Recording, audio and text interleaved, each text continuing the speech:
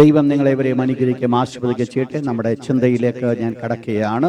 പ്രത്യേകിച്ച് നമ്മൾ കഴിഞ്ഞ ദിവസം ചിന്തിച്ചുകൊണ്ടേയിരിക്കുന്നത് കർത്താവായ യേശു പുതിയ നിയമം പഴയതിനേക്കാൾ വളരെ ബെറ്റർ, വളരെ നല്ലത്.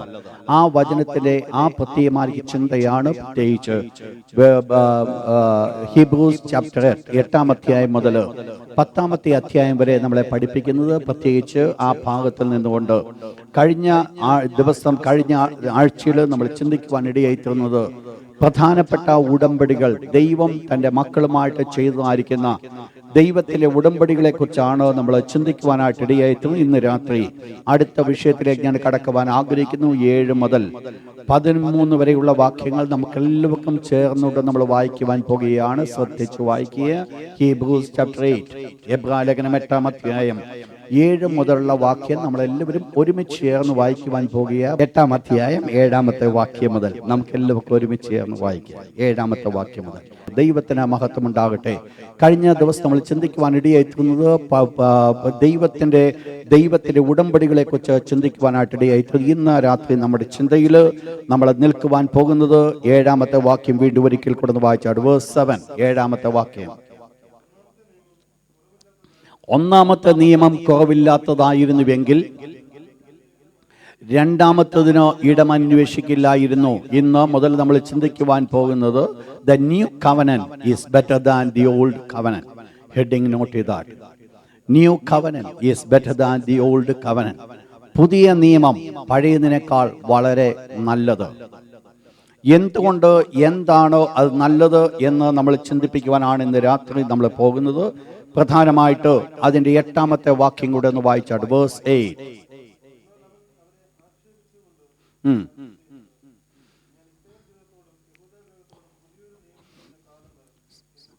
ശ്രദ്ധിക്കണം, ഇവിടെ പറയപ്പെടുന്ന വേർഡ്, ഞാൻ ഇസ്രായേൽ ഗൃഹത്തോടും യഹൂദ ഗൃഹത്തോടും പുതിയൊരു നിയമം ചെയ്യുന്ന കാലം വരും. പുതിയ സഭയോട് ഒരു നിയമം ചെയ്യുമെന്നല്ല ഇവിടുത്തെ വിഷയം. പിന്നെയോ യഹൂദ ഗൃഹത്തോടും ഇസ്രായേൽ ഗൃഹത്തോടും പുതിയൊരു നിയമം ചെയ്യുന്ന കാലം വരുന്നു. നമ്മൾ കഴിഞ്ഞ ദിവസം നമ്മൾ കാണുകയുണ്ടായി, മോശയ്ക്ക് ദൈവം കൊടുത്ത ഉടമ്പടി. സീനായ് മലയിൽ വെച്ച് ദൈവം അവർക്ക് ഉടമ്പടി കൊടുക്കുവാനായിട്ടിടയായിത്തീർന്നു. ആ ഉടമ്പടി ബേസ്ഡ് ഏതിലാണ് ബേസ് ചെയ്തിരുന്നത്? അനുസരണത്തിലാണ്, ഇൻ ഒബീഡിയൻസ്. ഒന്ന് നോട്ട് ചെയ്താട്ട്. Old testament, old covenant is based on obedience. പഴയ നിയമം ബേസ് ചെയ്തിരിക്കുന്നത് ഒബീഡിയൻസിലാണ്. വായിച്ചോട്ട് അതിന്റെ 9 വാക്യം വീണ്ടും ഒരിക്കൽ കൂടെ വായിച്ചോട്ട്. 9 വേഴ്സ് 9.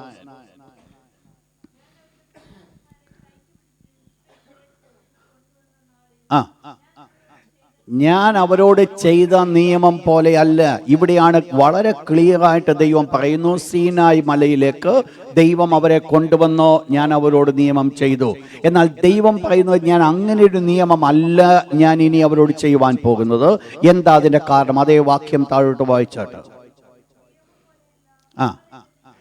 അവർ എൻ്റെ നിയമത്തിൽ നിലനിന്നില്ല. നെക്സ്റ്റ്, ഞാൻ അവരെ ആദരിച്ചത്. വളരെ ശ്രദ്ധയോടുകൂടെ മനസ്സിലാക്കേണ്ട ഭാഗമാണിത്. അവർ എന്ത് ചെയ്തില്ല? എൻ്റെ നിയമത്തിൽ നിലനിന്നില്ല. ദൈവം സീനായ് മലയിലേക്ക് അവരെ കൊണ്ടുവന്നു.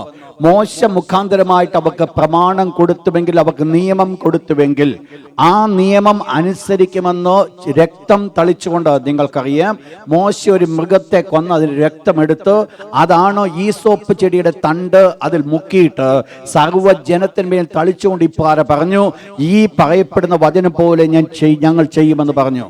ദൈവത്തിന്റെ അവർക്ക് കൊടുത്തതായി ഉടമ്പടി പരിപൂർണമായിട്ട് അനുസരിക്കുമെന്നോ, ദൈവത്തോട് ഉടമ്പടി യാഗത്തിൽ കൂടെ ഉടമ്പടി ചെയ്തായിരിക്കുന്ന ഇസ്രായേൽ മക്കൾ, ആ ഉടമ്പടിയിൽ അവർ ദൈവത്തോട് അനുസരണം കാണിക്കാഞ്ഞത് കൊണ്ട് ദൈവം എന്ത് ചെയ്തു? അവിടെ താഴെ പറയുന്നത്, ഞാൻ അവരെ ആദരിച്ചതുമില്ല. ശ്രദ്ധിച്ച് നിങ്ങൾ മനസ്സിലാക്കണം, ദൈവം അവരെ ആദരിച്ചില്ല. ആരെ ആദരിച്ചില്ല? മിസ്രൈമിന്റെ അധീനതയിൽ കിടന്നതായ സമയത്ത് ഫറവോന്റെ കയ്യിൽ നിന്നും, ഈജിപ്തിൽ നിന്നും, മിസ്രൈമിൽ നിന്നും അത്ഭുതകരമായ രീതിയിൽ, അഥവാ ബലമുള്ള ഭുജം കൊണ്ട് വിടുവിച്ചു കൊണ്ടുവന്നവനാകുന്ന ദൈവം ആ വിടുവിച്ചു കൊണ്ടുവന്നവരെ ആദരിച്ചില്ല. ഞാൻ പറഞ്ഞത് മനസ്സിലായോ? ഞാൻ പറഞ്ഞ വേർഡ് മനസ്സിലായോ? ദൈവം ഇത്രമാത്രം ശക്തമായിട്ട് ദൈവത്തിന്റെ വീര്യപ്രവൃത്തി വെളിപ്പെടുത്തി, ദൈവത്തിന്റെ ഭുജബലം വെളിപ്പെടുത്തി. മിസ്രൈമിന്റെ അധീനതയിൽ നിന്ന് വിളിച്ചു കൊണ്ടുവന്ന ഇസ്രായേൽ മക്കൾ ദൈവത്തിന്റെ പ്രമാണത്തിൽ ദൈവത്തോട് അവർ ചെയ്ത ഉടമ്പടിയിൽ നിൽക്കാതിരുന്നത് കൊണ്ട് ദൈവത്തിന്റെ വിശുദ്ധ വചനം പറയുന്നു, ദൈവം അവരെ ആദരിച്ചില്ല. ശ്രദ്ധിക്കണം, ദൈവം അവരെ ആദരിച്ചില്ല എങ്കിൽ എന്താണ് വിഷയം? റോമലേഖനം 11 അധ്യായത്തിലേക്ക് കടന്നു വന്നാണ്. റോമൻസ് ചാപ്റ്റർ 11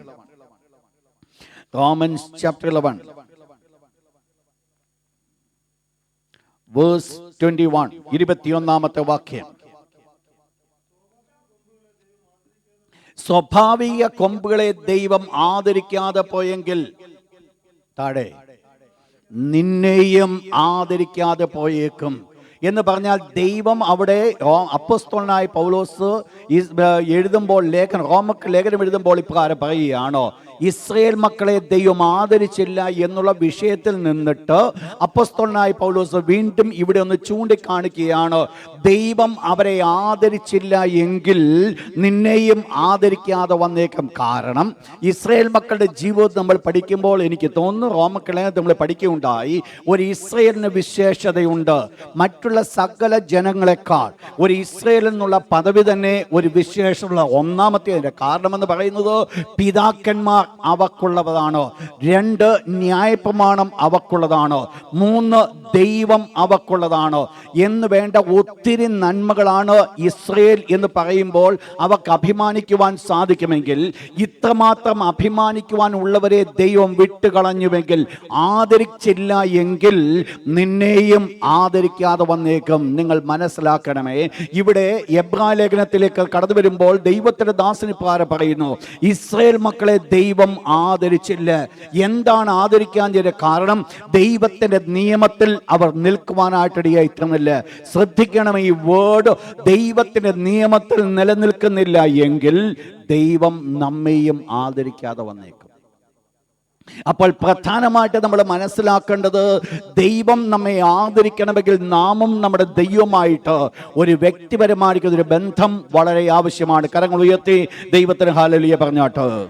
ഇവിടെ വെളിപ്പെടുത്തുന്ന ഭാഗം, ദൈവം അവരെ ആദരിച്ചില്ല, അതുകൊണ്ട് ദൈവം എന്ത് സംഭവിച്ചു? അവർ നിയമത്തിൽ നിലനിൽക്കാഞ്ഞത് കൊണ്ട് ദൈവം അവരെ ആദരിക്കാതെ പോയി. എന്താണ് പുതിയ നിയമത്തിന്റെ അഥവാ പുതിയ ഉടമ്പടിയുടെ പ്രത്യേകത? ഇന്ന് രാത്രി നമ്മൾ ചിന്തിക്കുവാൻ പോകുന്നത് the speciality of the new covenant. Speciality of the new covenant. എന്തൊക്കെയാണ് പുതിയ ഉടമ്പടിയുടെ പ്രത്യേകത? പഴയതുമായിട്ടുള്ള ബന്ധത്തിൽ നമ്മൾ തട്ടിച്ചു നോക്കുമ്പോൾ നമുക്ക് നേരത്തെ നമ്മൾ മനസ്സിലാക്കി, അതിൻ്റെ ആദ്യം തന്നെ നമ്മൾ മനസ്സിലാക്കിയ ഒരു ഭാഗമുണ്ട്. പഴയതിനെ പരിപൂർണമായിട്ട് മാറ്റിയിട്ടാണ് എന്ത് സ്റ്റാർട്ട് ചെയ്തിരിക്കുന്നത്? പുതിയത് കൊണ്ടുവന്നിരിക്കുന്നത്. ശ്രദ്ധിക്കണം, പഴയതിനെ വെച്ചിട്ടല്ല പുതിയത് അവിടെ മോഡിഫൈ ചെയ്തത്. ഒരു മോഡിഫിക്കേഷൻ അല്ല അവിടെ നടന്നത്. പഴയത് കംപ്ലീറ്റ്ലി മാറ്റിയിട്ട് പുതിയതൊന്നോ യഥാസ്ഥാനപ്പെട്ടു. ശ്രദ്ധിക്കണം, ഞാൻ പറയുന്നത് പഴയ നിയമത്തെ പരിപൂർണമായിട്ട് മാറ്റി എന്ന് പറഞ്ഞാൽ ദൈവത്തിന്റെ വചനത്തിന് മാറ്റം വന്നുവെന്നല്ല ഞാൻ പറഞ്ഞു വന്നത്. പിന്നെയോ ആ പഴയ നിയമത്തിൽ ദൈവം കൊടുത്ത ഉടമ്പടി, ഇസ്രായേൽ മക്കളുമായിട്ട് ഉടമ്പടിക്ക് അവർക്ക് നിലനിൽക്കാഞ്ഞത് കൊണ്ട് ദൈവം അവരെ വിട്ടുകളയുവാൻ കാരണമായി തീർന്നു.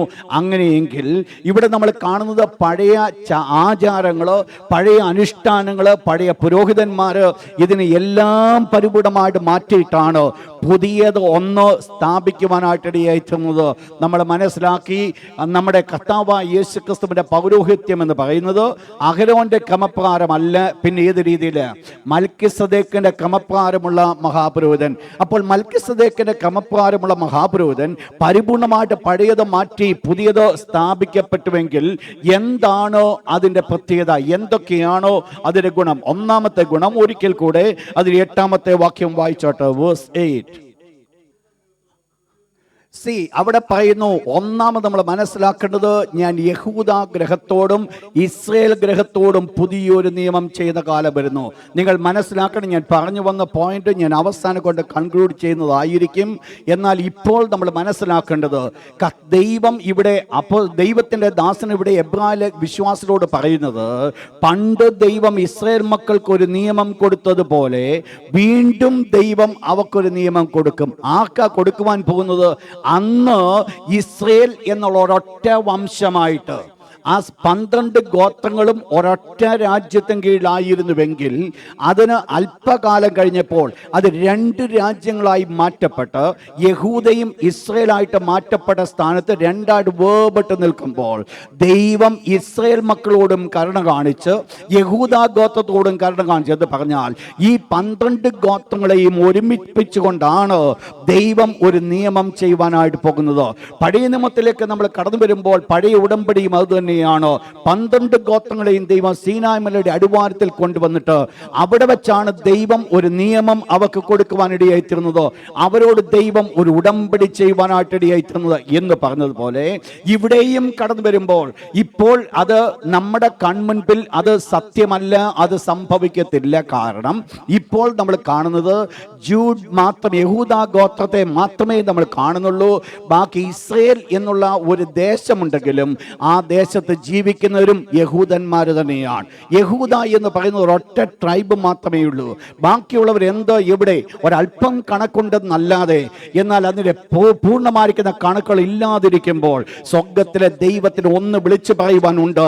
ദൈവം തെരഞ്ഞെടുത്ത ദൈവത്തിന്റെ ജനം ലോകത്തിന്റെ ഏത് ഭാഗത്ത് ചിതറപ്പെട്ട് കിടന്നാലും, ആരാലും അറിയപ്പെടാതെ കിടന്നാലും, ആരും മനസ്സിലാക്കാതെ കിടന്നാലും സ്വർഗത്തിലെ ദൈവത്തിന് പദ്ധതിയുണ്ട് അവരെ പൊക്കിക്കൊണ്ടുവരുവാൻ.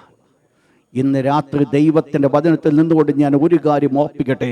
ഒരു പക്ഷെങ്കിൽ ലോകത്തിൽ ഒരു മനുഷ്യൻ പോലും അറിയപ്പെടാത്ത ഒരു വ്യക്തിയായിട്ട് ഞാനോ നിങ്ങളോ ആയിരിക്കുന്നുവെങ്കിൽ സ്വർഗത്തിലെ ദൈവത്തിന് ഉയർത്തുവാൻ മനസ്സുണ്ടെങ്കിൽ സ്വർഗത്തിലെ ദൈവം ആയിരിക്കുന്നിടത്തു നിന്ന് നമ്മൾ ഉയർത്തുന്ന ഒരു ദൈവമാണ്. ഒരിക്കലും നമ്മെ താഴോട്ട് മാറ്റിക്കളയുന്ന, കണ്ണടച്ചു കളയുന്ന ഒരു ദൈവമല്ല. ഇവനെ കൊള്ളത്തില്ലെന്ന് പറഞ്ഞുകൊണ്ട് ദൈവം കണ്ണടച്ചു കളയുന്ന ഒരു ദൈവമല്ല എനിക്കും നിങ്ങൾക്കുള്ള ദൈവം. എൻ്റെയും നിങ്ങളുടെ ദൈവം, ഞാൻ ദൈവത്തോട് ഹൃദയത്തിൽ നിന്ന് ദൈവത്തെ ഞാൻ സ്നേഹിക്കുവാൻ താല്പര്യമുണ്ടെങ്കിൽ, ഹൃദയം കൊണ്ട് എൻ്റെ ദൈവത്തെ മാനിക്കുന്നുണ്ടെങ്കിൽ, എൻ്റെ സ്വർഗത്തിലെ ദൈവം ഞാൻ കിടക്കുന്നിടത്തു നിന്ന് എന്നെ പെറുക്കിയെടുക്കുന്ന ദൈവമാണ്. ഇവിടെ ഇസ്രയേൽ ഗോത്രം എവിടെയെന്ന് അറിയത്തില്ല എങ്കിലും ദൈവത്തിൻ്റെ വിശുദ്ധ വചനം പറയുന്നു, ഞാൻ അവരോട് നിയമം ചെയ്യുവാൻ പോകുകയാണ്. ഈ നിയമം ചെയ്യുവാൻ പോകുന്നു എന്ന് പറയുന്നത് എന്താണ്? ഇവിടെ ഒരു പുതിയ നിയമമാണ് നടക്കുന്നത്. ഈ നിയമത്തെക്കുറിച്ച് ഇവർക്ക് അറിവില്ലാതിരിക്കുന്ന ഒരു നിയമമല്ല. ഇസ്രായേൽ മക്കൾക്ക് വ്യക്തമായിട്ടും അറിയാവുന്ന ഒരു കാര്യമാണ്. സ്വർഗത്തിലെ ദൈവം മോശ മുഖാന്തരമായിട്ട് ഞങ്ങളോടൊരു നിയമം ചെയ്തതുപോലെ, ഞങ്ങൾ ഉടമ്പടി ചെയ്തതുപോലെ ഇനി ഒരു പുതിയ ഉടമ്പടിയുടെ ചെയ്യുവാൻ പോകുകയാണ്. ഇസ്രായേൽ മക്കൾ എക്സ്പെക്ട് ചെയ്യുന്ന ഒരു കാര്യം കൂടെ അതാണ്. ദൈവം ഞങ്ങളോട് ഉടമ്പടി ചെയ്യുന്ന ഒരു ദിവസമുണ്ട്. കാരണം ഞങ്ങളുടെ പൂർവ്വപിതാക്കന്മാരോട് ചെയ്ത ഉടമ്പടിയിൽ പൂർവ്വപിതാക്കന്മാരോ ഞങ്ങളോ നിൽക്കുവാനിടയായി തന്നില്ല. അതുകൊണ്ട് ദൈവത്തിന് ഒരു പുതിയ ഉടമ്പടി വായിച്ച യെരമ്യാ പ്രവചനം 31 അധ്യായം 31 മുതൽ 34 വരെയുള്ള വാക്യം. ജെരമ്യാ ചാപ്റ്റർ 31 വേഴ്സ് 31 to 34. നിങ്ങൾ മനസ്സിലാക്കട്ടെ, ഞാൻ ഇസ്രയേൽ ഗ്രഹത്തോടും യഹൂദ ഗ്രഹത്തോടും പുതിയൊരു നിയമം ചെയ്യുന്ന കാലം വരും. ഇവിടെ ഏത് സന്ദർഭത്തിലാണോ യെരമ്യാ പ്രവാചകൻ പ്രവചിക്കുന്നു എന്നുള്ളത് വളരെ രസകരമായിരിക്കുന്ന കാര്യമാണ്. നിങ്ങൾ മനസ്സിലാക്കണം, ഇസ്രയേൽ മക്കൾ ലോകത്തിൻ്റെ പല ഭാഗത്തേക്ക് ചിതറപ്പെട്ട് ഇസ്രയേലിൽ തന്നെ ഇസ്രയേൽ മക്കൾ ഇല്ലാതിരിക്കുന്ന സമയത്ത് വളരെ ചുരുക്കം ചില യഹൂദന്മാർ മാത്രമേ ഇസ്രയേൽ ദേശത്തുള്ളൂ. ബാക്കി മുഴുവൻ ആൾക്കാരെ ബാബിലോൺ സാമ്രാജ്യം പിടിച്ചുകൊണ്ട് പോയെങ്കിൽ ഒന്നുമില്ലാതിരിക്കുന്ന സ്ഥാനത്ത് നിന്നുകൊണ്ടാണോ യെരമ്യാവ് ഈ പ്രവചനം പ്രവചിക്കുന്നത്?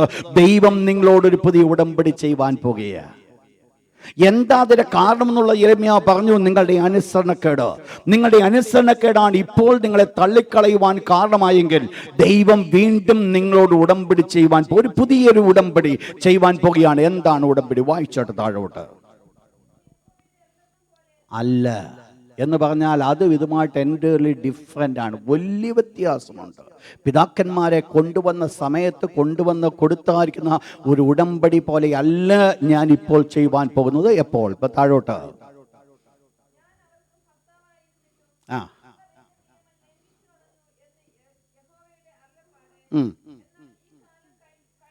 ഈ കാലം കഴിഞ്ഞ ശേഷമോ? നിങ്ങൾക്കറിയാം ഇവിടെ നടക്കുവാൻ പോകുന്ന ഉടമ്പടി എന്ന് പറയുന്നത് ഏത് സമയത്താണ്? ഇതുവരെ ആ ഉടമ്പടി നടന്നിട്ടില്ല. ഈ കർത്താവ് ഇസ്രായേൽ മക്കളെ ദൈവം തള്ളിക്കളഞ്ഞ ശേഷമായിട്ട് എന്ത് സംഭവിച്ചു? ആ സ്ഥലത്തിലേക്ക് ദൈവം ജാതികളെ പ്രൊമോട്ട് ചെയ്തു. നമ്മൾ വായിച്ചോട്ട് റോമലേഖനം 11-ാം അധ്യായത്തിലേക്ക് വീണ്ടും ഒരിക്കൽ കൂടെ കടന്നു വന്നോട്ടെ. റോമൻസ് ചാപ്റ്റർ 11 വേഴ്സ് നമ്പർ 17, 17-ാമത്തെ വാക്യം.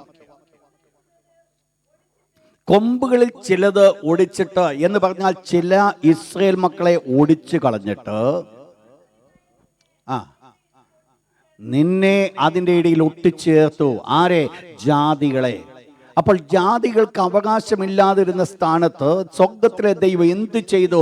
കൊമ്പുകൾ ചിലതിനെ ഓടിച്ചു കളഞ്ഞു എന്ന് പറഞ്ഞാൽ ദൈവം അവരെ ആദരിച്ചില്ല. ദൈവം ആദരിക്കാതെ ആരെ ആദരിച്ചു? ദൈവം ജാതികളെ ആദരിച്ചു. അങ്ങനെയെങ്കിൽ ഈ കാലത്തെക്കുറിച്ചല്ല ഒരു പുതിയ നിയമം ചെയ്തുവെന്ന് ദൈവം പറയുന്നത്. പിന്നെയോ ഈ കാലം കഴിഞ്ഞ ശേഷം ദൈവം എന്ത് ചെയ്യും? വീണ്ടും ഇസ്രായേൽ മക്കളുമായിട്ട് ഉടമ്പടി ചെയ്യും എന്ന് പറഞ്ഞാൽ ഈ പുതിയ നിയമം തുടങ്ങുവാൻ പോകുന്ന സമയമെന്ന് പറയുന്നത് ഈ സഭായുഗം എടുക്കപ്പെട്ടതിന് ശേഷമാണ് ഒരു ഉടമ്പടി നടക്കുവാൻ പോകുന്നത് എന്ന് പറഞ്ഞാൽ പ്രധാനമായിട്ട് നമുക്കൊന്ന് മനസ്സിലാക്കുവാൻ സാധിക്കും. ആ പർട്ടിക്കുലർ സമയം എന്നുള്ളത് 1000 ആണ്ട് വാഴ്ച എന്ന് പറയുന്നത്. 1000 ആണ്ട് വാഴ്ചയുടെ ഒരു പ്രാധാന്യത എന്ന് പറയുന്നത് ഇസ്രയേലിനെ ദൈവം വീണ്ടും ഒന്നാക്കുന്ന സമയമാണ്. ഇസ്രയേലും യഹൂദയും രണ്ടായിട്ട് നിൽക്കുന്നുവെങ്കിലും ആ 1000 ആണ്ട് വാഴ്ചയുടെ തുടക്കത്തിലേക്ക് കടന്നു വരുമ്പോൾ ആ രണ്ട് രാജ്യങ്ങളെയും വീണ്ടും തിരിച്ച് ദൈവം ഒന്നിപ്പിക്കും. അവരോട് ദൈവം ചെയ്യുവാൻ പോകുന്ന ഉടമ്പടി, അന്നാണ് ഉടമ്പടി ചെയ്യുവാൻ പോകുന്നത്. ഇസ്രായേൽ മക്കളുമായിട്ട് ഒരു ഉടമ്പടി ചെയ്യുവാൻ പോകുന്നത്. എന്നാൽ ദൈവത്തിന്റെ പദ്ധതിയെ നിങ്ങളത് മനസ്സിലാക്കിയാട്ട് എന്താണ് ദൈവം അവിടെ അവരെ കുറിച്ച് ആഗ്രഹിച്ചത്? വേഴ്സ് 27, 11-ാം അധ്യായം, റോമൻസ് 11:26, 25-26 വാക്യം വായിച്ചാട്ടെ. റോമൻസ് ജാതികളുടെ സംഖ്യ പൂർണ്ണമായി തികയുവോളം, അപ്പോൾ ഇസ്രായേൽ മക്കളുടെ കാഠിന്യത്തിന്റെ സമയം എന്ന് പറയുന്നത്, അഥവാ ഇസ്രായേൽ മക്കളുടെ കഷ്ടകാലം എന്ന് പറയുന്നത് ജാതികളുടെ പൂർണ്ണസംഖ്യ ചേരുവോളോ. ജാതികളുടെ സംഖ്യ എപ്പോൾ പൂർണ്ണമായി ചേരുമോ അപ്പോഴാണ് ഇസ്രായേൽ മക്കളുടെ വിടുതല തുടങ്ങുന്നത് എന്ന് പറഞ്ഞാൽ ദൈവം ഇവരോട് ഉടമ്പടി ചെയ്യുവാൻ പോകുന്നത് ഈ ജാതികളുടെ സംഖ്യ പൂർണ്ണമാകപ്പെടും എന്ന് പറഞ്ഞാൽ ഇതിന്റെ അർത്ഥം നാം ഇന്ന് ജീവിക്കുന്ന ഈ കാലത്തിലല്ല ദൈവം ഇസ്രായേൽ മക്കൾ ഉടമ്പടി ചെയ്യുവാൻ പോകുന്നത്. പിന്നെയോ സഭായുഗം മാറ്റപ്പെട്ടതിന് ശേഷമായിട്ട് ഉപദ്രവകാലത്തിന്റെ ലാസ്റ്റ് സമയം 1000 ആണ്ട് വാഴ്ചയുടെ തുടക്കത്തിലാണ് ദൈവം അവരുമായിട്ട് ഒരു ഉടമ്പടി ചെയ്യുവാൻ പോകുന്നത്. എന്താണ് ഉടമ്പടി? എന്താണ് അത് ചൂണ്ടിക്കാണിക്കുന്നത്? തിരിച്ചു വന്നിട്ട് വായിച്ചാട്ട് യിരെമ്യാ 31-ാം അധ്യായം 32 മുതലുള്ള വാക്യം വായിച്ചാട്ട്. Verse 32 onwards. ഒന്ന് ഞാൻ പറയുണ്ടായി, ഈ നിയമത്തിന്റെ ഒന്നാമത്തെ പ്രത്യേകതയാണ് യഹൂദയും ഇസ്രായേലും കൂടെ ഒരുമിച്ച് ദൈവം കൊടുക്കുന്ന നിയമമാണ്. രണ്ടാമത്തെ ഈ നിയമത്തിന്റെ പ്രത്യേകതയെക്കുറിച്ച് പറയുന്നു. ആ വേർഡ് വായിച്ചപ്പോൾ നമ്മൾ ഇപ്രകാരമാണ് വായിക്കുവാൻ ഇടയായിത്തീർന്നത്: ഞാൻ അവരുടെ പിതാക്കന്മാരെ മിസ്രൈമിൽ നിന്ന് കൈക്ക് പിടിച്ചുകൊണ്ട് വന്ന നാളിൽ അന്ന് ഞാൻ അവരോട് ചെയ്ത നിയമം പോലെയല്ല. അന്ന് എന്തായിരുന്നു? അന്ന് ദൈവം അവരോടൊരു നിയമം ചെയ്തു. നിങ്ങൾ എന്ത് ചെയ്യണം? എൻ്റെ പ്രമാണം നിങ്ങൾ അനുസരിക്കണം, എൻ്റെ ന്യായപ്രമാണം നിങ്ങൾ അനുസരിക്കണം. അനുസരിച്ചാൽ ഞാൻ നിങ്ങളെ ആരാക്കും? ഈ രീതിയിൽ അനുഗ്രഹിക്കും. അപ്പോൾ ദൈവം ഒരു ഉടമ്പടി ചെയ്തിട്ട് നിങ്ങൾ ഇന്നത് ചെയ്താൽ ഞാൻ നിങ്ങളെ അനുഗ്രഹിക്കുമെന്ന് ദൈവം കൽപ്പിച്ചുവെങ്കിൽ, ഇവിടെ പുതിയ നിയമത്തിലെ ഉടമ്പടിയെ കുറിച്ച് പറയുകയാണ്.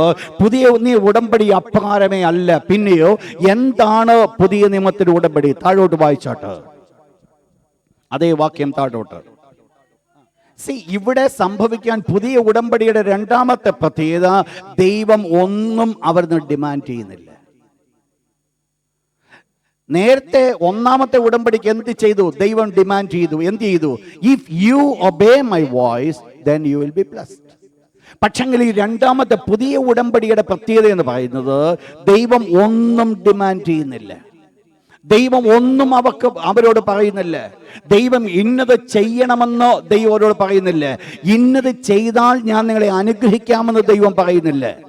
ദൈവം അവരോട് പറയുന്ന ഒരൊറ്റ കാര്യമേ ഉള്ളൂ: ഐ വിൽ ബ്ലസ് യു. നമ്മൾ കഴിഞ്ഞ ദിവസം നമ്മൾ പഠിക്കുകയുണ്ടായി നോഹയുടെ അനുഗ്രഹത്തെക്കുറിച്ച്, നോഹയ്ക്ക് ദൈവം കൊടുത്ത ഉടമ്പടിയെക്കുറിച്ച് നമ്മൾ പഠിച്ചപ്പോൾ ഒരു കാര്യം മനസ്സിലാക്കി, അത് അൺകണ്ടീഷണൽ ആയിരുന്നു, വിത്തൗട്ട് എനി കണ്ടീഷൻ. നോഹയോട് ദൈവം കൽപ്പിച്ചു, നോഹയ്ക്കും ആ ദേശത്തിനും ആ ജാതികൾക്കും മനുഷ്യനും കൊടുത്തായിരിക്കുന്ന അനുഗ്രഹം എന്ന് പറയുന്നത്, പകരം ദൈവം നോഹയിൽ നിന്നോ ഈ ജനത്തിൽ നിന്നോ യാതൊന്നും ആഗ്രഹിച്ചില്ല. പിന്നെയോ ദൈവമാണ് അങ്ങോട്ട് കൊടുത്തത്, ഞാൻ ഇന്നത് ചെയ്യുവാൻ പോകുകയാണ്. അത് അൺകണ്ടീഷണൽ ആയിരുന്നു. ദൈവം തന്നെയാണ് അവരുമായിട്ട് ഉടമ്പടി ചെയ്തത് എന്ന് പറഞ്ഞതുപോലെ, പുതിയ നിയമം എന്ന് പറയുന്നത് ദൈവം മനുഷ്യനിൽ നിന്ന് ദൈവം ഒന്നും എക്സ്പെക്ട് ചെയ്യാതെ ദൈവം തന്നെ അൺകണ്ടീഷണൽ ആയിട്ട് കൊടുക്കുന്ന നിയമമാണ്. എന്താ നിയമം പറയുന്നത്? ഞാൻ അവരെ കൈക്കൊണ്ട് ഞാൻ അവർക്ക് ദൈവവും അവർ എനിക്ക് ആരുമായിരിക്കും? മക്കളുമായിരിക്കും. That's all. നിങ്ങൾ ഇന്നത് ചെയ്താൽ ഞാൻ നിങ്ങളെ മക്കളാക്കാമെന്നല്ല ദൈവം പറഞ്ഞത്. ഇന്നത് ചെയ്താൽ ഞാൻ നിങ്ങളുടെ ദൈവമെന്നല്ല ഇവിടെ പറഞ്ഞത്. Without any condition. ഒരു കണ്ടീഷനും ദൈവം ഇവിടെ പറയുന്നില്ല. നിങ്ങൾ ഇന്നത് ചെയ്യണമെന്ന് ദൈവം പറയുന്നില്ല. പകരം ദൈവം പറയുന്നത്, ഈ പുതിയ നിയമം എസ്റ്റാബ്ലിഷ് ആയി കഴിഞ്ഞാൽ ഞാൻ നിങ്ങൾക്ക് ആരായിരിക്കും? പിതാവായിരിക്കും. എന്നിട്ട് താഴെ ഒത്തിരി അനുഗ്രഹങ്ങളെ കുറിച്ച് നമ്മളിവിടെ കാണുന്നുണ്ട്. രണ്ടാമത്തെ, ഞാൻ പറഞ്ഞു വന്നതിന്റെ പ്രത്യേകത, രണ്ടാമത്തെ ഈ കവനന്റെ പ്രത്യേകത, ഇറ്റ്സ് അൺകണ്ടീഷണൽ ആണ്. It's not demanding anything from us.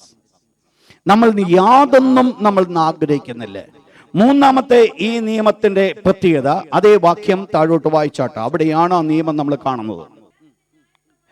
ഞാൻ എൻ്റെ ന്യായപ്രമാണം അവരുടെ ഉള്ളിലാക്കി. അപ്പോൾ ദൈവം ചെയ്യുവാൻ പോകുന്നത്, പ്രമാണം കയ്യിലല്ല കൊടുക്കുവാൻ പോകുന്നത്, പിന്നെയോ പ്രമാണം എന്തോ ചെയ്യാൻ പോവുക? അവരുടെ ഉള്ളിലാക്കാൻ പോകുക. ദൈവം പ്രമാണം അവരുടെ ഉള്ളിലാക്കുവാൻ പോകുക. ഇന്ന് ഇതോടുകൂടെ ചേർന്നുകൊണ്ട് നിങ്ങൾ ചിന്തിച്ചാട്ട് നിങ്ങളെ ചിന്തിപ്പിക്കുവാൻ ആഗ്രഹിക്കുന്നു. 7 എഡിഷൻസ് ഓഫ് ഗോഡ്സ് ലോ. ദൈവത്തിൻ്റെ പ്രമാണത്തിൻ്റെ 7 പതിപ്പുകൾ. 7 എഡിഷൻസ് ഓഫ് ഗോഡ്സ് ലോ. ദൈവിക പ്രമാണത്തിൻ്റെ 7 പതിപ്പുകൾ. അതിൻ്റെ സ്റ്റാർട്ടിങ് തൊട്ട് ഞാൻ പറഞ്ഞു വരാം എന്തൊക്കെയാണ് ആ പതിപ്പുകൾ എന്നുള്ളത് നിങ്ങൾക്ക് പെട്ടെന്ന് മനസ്സിലാക്കും. 7 editions of the divine law. The first edition, Psalms 19 verse 1. സങ്കീർത്തനം 19:1. Psalms 19 verse 1. പെട്ടെന്ന്. ആകാശം ദൈവത്തിന്റെ മഹത്വത്തെ വർണ്ണിക്കുന്നു, ആകാശവിധാനം അവന്റെ കൈവേലയെ.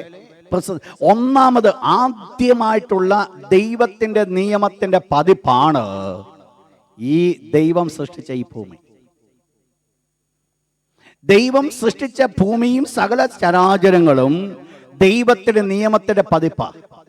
നമുക്കറിയാം, കർത്താവായ യേശു സ്വർഗരാജ്യത്തെക്കുറിച്ച് വെളിപ്പെടുത്തുവാൻ ആഗ്രഹിച്ച സമയത്ത് എടുത്തുമാർക്കിയ സകല ഉപമകളും, ഒരുമാതിരിപ്പെട്ട ഉപമകളൊക്കെ ഏതിൽ നിന്നാണ് ദൈവം എടുത്തേ?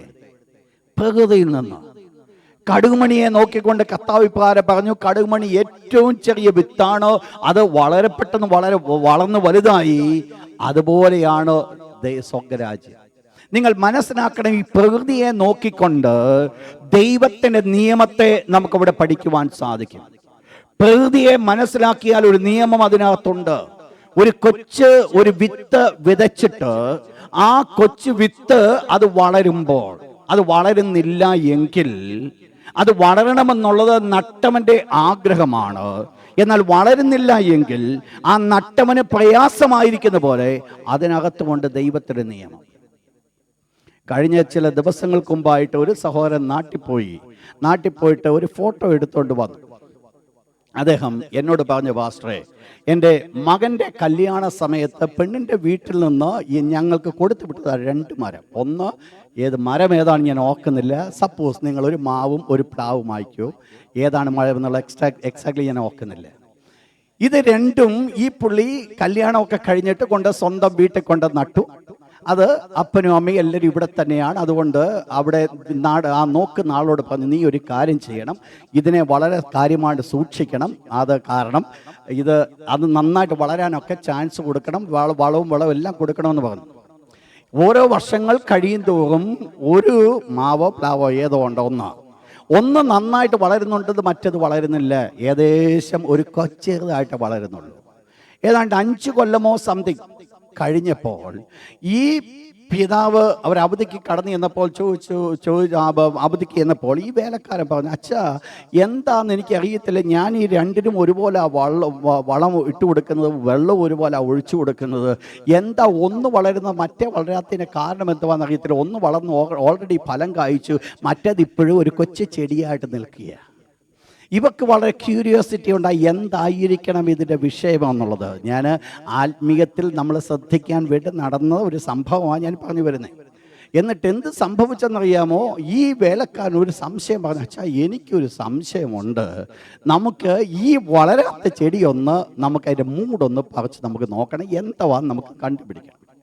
സത്യത്തിൽ ഇവരെന്ത് ചെയ്തു, ഈ വളരാതിരുന്ന ചെടിയുടെ മൂടൊക്കെ ഒന്ന് പറിച്ച് നോക്കിയപ്പോൾ അന്ന് മകൻ്റെ ഭാര്യ വീട്ടിൽ നിന്ന് കൊടുത്തു വിട്ടപ്പോൾ ആ തയ്യയുടെ മൂട്ടിൽ മണ്ണ് കളയാതിരിക്കാൻ പ്ലാസ്റ്റിക് കൊണ്ട് കവർ ചെയ്ത് വെച്ചിരിക്കുക, ആ കവറോടുകൂടെ അത് വെച്ചിരിക്കുന്നത്.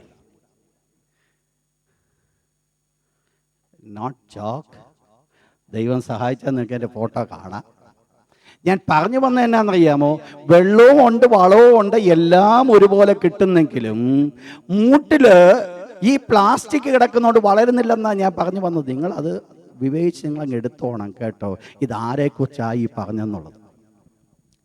പ്രശ്നം എന്നാ, വളം കിട്ടാഞ്ഞിട്ടല്ല, വെള്ളം കിട്ടാഞ്ഞിട്ടല്ല, മറ്റൊന്നും കിട്ടാഞ്ഞിട്ടല്ല, ഈ മൂട്ടിൽ വെച്ചിരിക്കുന്ന ഈ പ്ലാസ്റ്റിക് തകിട് മാറ്റാത്തിടത്തോളം കാലം എന്തെല്ലാം ചെയ്താലും വളരത്തില്ല. വേറെ മറ്റതിൻ്റെ മിക്കവാറും എല്ലാ ഇടത്തേക്കും പോയെങ്കിൽ ഈ ചെടിയുടെ ഈ മരത്തിൻ്റെ വേര് അതിനകത്ത് തന്നെ കിടക്കുക. നിങ്ങൾ മനസ്സിലാക്കണേ, ഞാൻ പറഞ്ഞു വന്നതിൻ്റെ കാര്യം ഇതാണ്. ദൈവം പ്രകൃതിയെ നോക്കിക്കൊണ്ട്, ദൈവത്തിൻ്റെ സൃഷ്ടിയെ നോക്കിക്കൊണ്ട് മനുഷ്യനെ ചിലത് പഠിപ്പിക്കുന്നു. ഗോഡ്സ് ലോ, ദൈവത്തിൻ്റെ പ്രമാണം അതിനകത്തുണ്ട്. ആകാശത്തെ നോക്കിയാൽ ദൈവത്തിന്റെ പ്രമാണമുണ്ട്, ഭൂമിയെ നോക്കിയാൽ ദൈവത്തിന്റെ പ്രമാണമുണ്ട്, ഒരു പുല്ലിനെ നോക്കിയാൽ ദൈവത്തിന്റെ പ്രമാണമുണ്ട്. കർത്താവായ യേശു പറഞ്ഞു, ഈ പുല്ലിനെ ഇന്ന് കാണുന്നതും നാളെ ഇല്ലാത്തതുമായിരിക്കും പുല്ലിനെ ഇങ്ങനെ ചമയിക്കുന്നുവെങ്കിൽ സ്വർഗ്ഗസ്ഥനായിരിക്കും ദൈവം നിങ്ങളെ എത്രയധികമായിട്ട് ചമയിക്കും എന്ന് പറഞ്ഞാൽ അതിനകത്ത് ഉണ്ട് ദൈവത്തിന്റെ നിയമമെന്ന്, അതിനകത്തുകൊണ്ട് ദൈവത്തിന്റെ പ്രമാണം. അപ്പോൾ ലോകത്തിന്റെ സകല സൃഷ്ടി, ദൈവം സൃഷ്ടിച്ചതായിരിക്കും സകല സൃഷ്ടിപ്പിലും ഒന്നാമതായിട്ട് ദൈവത്തിന്റെ പ്രമാണമുണ്ട്. ദൈവം ആദ്യം ലിറ്ററലി ഒരു പ്രമാണം മറ്റുള്ളവർ കൊടുക്കുന്നതിനേക്കാൾ മുൻപായിട്ട് ദൈവം ആദ്യമായിട്ട് പ്രമാണം വെളിപ്പെടുത്തിയത് പ്രപഞ്ചത്തിന്റെ സൃഷ്ടിപ്പിലാണ് വെളിപ്പെടുത്തിയത്. രണ്ടാമത്തെ എഡിഷൻ എങ്ങോട്ട് വന്നു? വായിച്ചോട്ടെ, റോമൻസ് ചാപ്റ്റർ 2 വേഴ്സ് 15. റോമക്ലേൻ 2-ാം അധ്യായം 15-ാമത്തെ വാക്യം. അവരുടെ മനസ്സാക്ഷി സാക്ഷ്യം പറഞ്ഞു. രണ്ടാമത്തെ എഡിഷനാണോ അവർ ഓൺ കോൺഷ്യസ്, സ്വയം മനസ്സാക്ഷി, കോൺഷ്യസ്. ദൈവത്തിന് എഴുതപ്പെട്ട നാളുകൾ ലിഖിതം ദൈവം മനുഷ്യന് കൊടുത്തില്ല. കൊടുക്കുന്നതിന് മുമ്പ് ദൈവത്തിന്റെ വിശുദ്ധവചനം പറയുന്നു, നോഹയ്ക്ക് ദൈവത്തിന്റെ കൃപ ലഭിച്ചു. നോഹേ, നീ എവിടുന്ന മനസ്സിലാക്കിയത് ദൈവത്തിന് ഇത് പ്രസാദമാണെന്ന്, ദൈവത്തിന് ഇതാണ് പ്രിയമാണെന്ന് നീ എങ്ങനെ മനസ്സിലാക്കി? നോഹയ്ക്ക് ഒന്ന് പറയാൻ പറ്റും, ഞാൻ അന്ന് നടന്നതൊക്കെ എൻ്റെ മനസ്സാക്ഷി വെച്ചോണ്ട എന്ന് പറഞ്ഞാൽ മനസ്സാക്ഷി എന്തിനെ വെളിപ്പെടുത്തുന്നു? ദൈവം വെച്ചിരിക്കുന്ന ഒരു മനസ്സാക്ഷിയിൽ ദൈവത്തിൻ്റെ ഒരു പ്രമാണം അതിനകത്തുണ്ട്. അതുകൊണ്ടാണ് പലപ്പോഴും നമ്മുടെ എല്ലാവരുടെ ഉള്ളിലും ഈ ഒരു കൊച്ചു സാധനം ഒന്ന് കുത്തുന്നത്. ഇത് ഇന്ന് കുത്തുന്നു, ഇന്ന് കുത്താൻ മറ്റു പല കാരണമുണ്ട്. എന്നാൽ അന്നത്തെ കാലത്ത് ഒരു പ്രമാണമില്ലാതിരുന്ന സമയത്ത്, ദൈവം ഒരു രേഖ കൊടുക്കാതിരുന്ന ഒരു സമയത്ത്, അന്ന് മനുഷ്യനെ നടത്തിക്കൊണ്ടിരുന്നത് ഈ പ്രമാണമായിരുന്നു. ഏതായിരുന്നു? ഓൺ കോൺഷ്യസ്, സ്വയ മനസ്സാക്ഷി. നിങ്ങൾ മനസ്സിലാക്കുന്നുണ്ടല്ലേ? സ്വന്തം മനസ്സാക്ഷി. ആദ്യമായിട്ട് ഞാൻ പറഞ്ഞു, ഒന്ന് ദൈവത്തിന്റെ സൃഷ്ടിപ്പിൽ, രണ്ട് അല്പം കൂടെ മുൻപോട്ട് കഴിഞ്ഞപ്പോൾ അവരുടെ മനസ്സാക്ഷി, മൂന്നാമത്തത് എക്സോഡസ് ചാപ്റ്റർ 24 വേഴ്സ് 12, പുറപ്പാട് 24:12, മൂന്നാമത്തെ എഡിഷൻ. ഞാൻ നിനക്ക് കൽപ്പലകൾ, മൂന്നാമത് ദൈവം കൊടുത്ത ദൈവത്തിന്റെ പ്രമാണമാണ് കൽപ്പലക. നിങ്ങൾക്കറിയാം, ദൈവം മോശയ്ക്ക് 2 കൽപ്പകളായിട്ട് 10 കൽപ്പന ദൈവം എഴുതി കൊടുത്തു. അതാണ് മൂന്നാമത്തെ എഡിഷൻ, തേർഡ് എഡിഷൻ. ദൈവം തന്നെ തൻ്റെ കരം കൊണ്ട് എഴുതി കൊടുത്തു. കൽപ്പലകളിൽ ദൈവത്തിൻ്റെ പ്രമാണം, ദൈവത്തിൻ്റെ ഉടമ്പടി ദൈവം മോശയ്ക്ക് എഴുതി കൊടുത്തു. അതിനെക്കുറിച്ച് കൂടുതൽ വിശദമാക്കേണ്ടതില്ല. നാലാമത്തത് റോമൻസ് ചാപ്റ്റർ 15:4. അത് കഴിഞ്ഞ് നെക്സ്റ്റ് എഡിഷൻ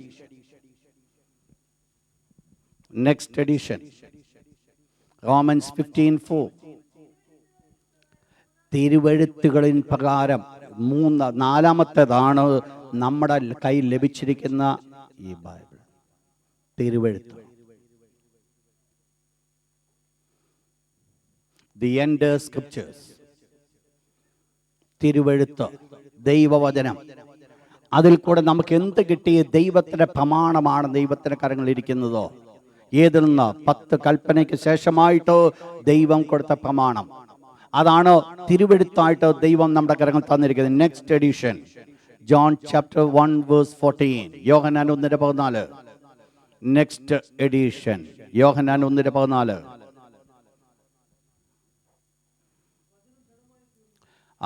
വചനം ജഡമായത്, ജീസസ് ആൻഡ് ഇലസ്ട്രേറ്റഡ് എഡിഷൻ. യേശു ഒരു എഡിഷനായി മാറി. യേശു ക്രിസ്തുവിൻ്റെ വാക്ക്, യേശു ക്രിസ്തുവിനെ കണ്ടത്, യേശുവിനെ കേട്ടത്, ഇതെല്ലാം എന്തായിരുന്നു? എൻ്റെ കണ്ടവൻ പിതാവിനെ കണ്ടിരിക്കുന്നു, എന്നെ കേട്ടവൻ, ഞാൻ എൻ്റെ ഇഷ്ടമല്ല ആരുടെ ഇഷ്ടം ചെയ്യുന്നു? പിതാവിൻ്റെ ഇഷ്ടം. അപ്പോൾ നെക്സ്റ്റ് എഡിഷനാണ് ജീസസ് ക്രൈസ്റ്റ്, കർത്താവായ യേശു. യേശു ക്രിസ്തുവിൽ കൂടെ ദൈവത്തിൻ്റെ പ്രമാണം വെളിപ്പെടുത്തു. നെക്സ്റ്റ് വൺ, ആറാമത്തത് ഹീബ്രൂസ് 8:10. എബ്രായർ 8:10.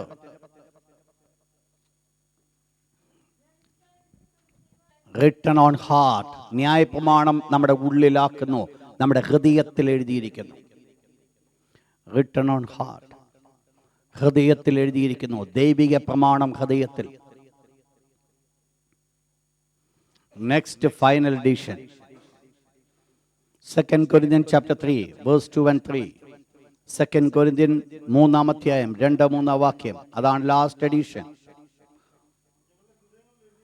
ഞങ്ങളുടെ ഹൃദയങ്ങൾ എഴുതിയതായി സകല മനുഷ്യരും അറിയുന്നതും വായിക്കുന്നതുമായ ഞങ്ങളുടെ ശുശ്രൂഷയാൽ ഉണ്ടായ ക്രിസ്തുവിൻ പത്രമായി നിങ്ങൾ ശോഭിക്കുന്നുവല്ലോ. ലാസ്റ്റ് എഡിഷൻ ബി, അഥവാ ദി ഔട്ട്വേർഡ് ക്രിസ്ത്യൻ ലൈഫ്, പുറമേയുള്ള ക്രിസ്തീയ ജീവിതം. The outward Christian life, the living epistles.